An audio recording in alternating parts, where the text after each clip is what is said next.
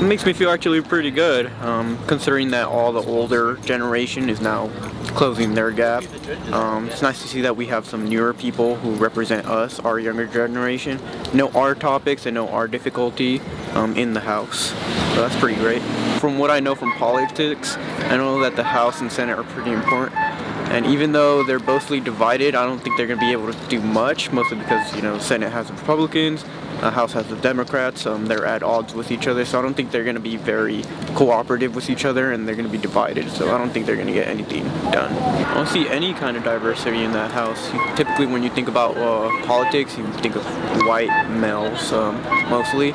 It's great to see that we have Muslim women in the House now, especially, it's great. I heard there was a gay governor elected too. That was great too. I think America is really diverse, and we should have a diverse government so they could know how our society is made. I think that's great. I really want to see our government, become better and more diverse. But I'm a pretty cynical man, so I don't think there's going to be much improvement over the next 2 years or 3 years. I'm not American citizen, so I don't know about the system to change the president. And I'm an international student. Our situation kind of different because I cannot get OPT, and then I feel I feel difficult to live here because I feel like I can find a lot of opportunity here. That's why I came here from my country. But it's really getting more difficult to stay here and study, build my career or something. I cannot use OPT, which is after I got degree or BA degree. I can stay here one more year and then get a job, or I might can stay here more and more. But as I say, the Trump gonna delete the project, and then I don't know, we are struggle a little bit. I feel that it's actually pretty amazing. I feel like I'm more in tune with the younger generation than the older generation, because the gap.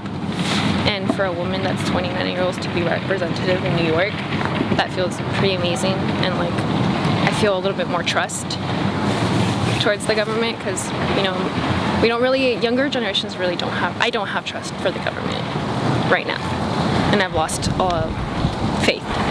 I don't have anything against white people because obviously they're here and I can't do anything about it, but brown people give me more hope because my voice is going to be heard. I do notice that I'm pushed to the side, and in class, I have a class that's majority all white and 3 brown people. So I don't have the guts to raise my voice because I feel like I'm going to get shut down. So having a colored person in the government is going to be, I have a better chance to voicing out and having more courage to speak out. It actually shows that the youth of our generation are actually stepping up. The problem with politics right now is it's far too many of the old guard running the new crowd. And if we as a younger society and a younger generation want our government to reflect our beliefs and our values, we need to start putting ourselves into those offices and stop letting the old guard run the place. We need to move forward. We can't just continue to have the same white-wigged old gentlemen running the place. Women of color, women of different religions, gay men as well. Colorado elected its first gay governor, which is an amazing step towards our community. And I am an openly gay male, and I've been fighting for queer rights as well as democratic rights since I was 18 years old. So it's really nice to see progression. It's really nice to see this country moving forward, even if the Senate's still a little red. Even if I didn't feel hopeful based on those facts, everything that Donald Trump said yesterday morning only proves that he is not worthy of being within that office. 2020 is going to be a hell of a year for a lot of different positions within our government, and I think we're going to see some major shakeups. Just get out there and vote. Everyone should vote, 18 and up, period. Yeah.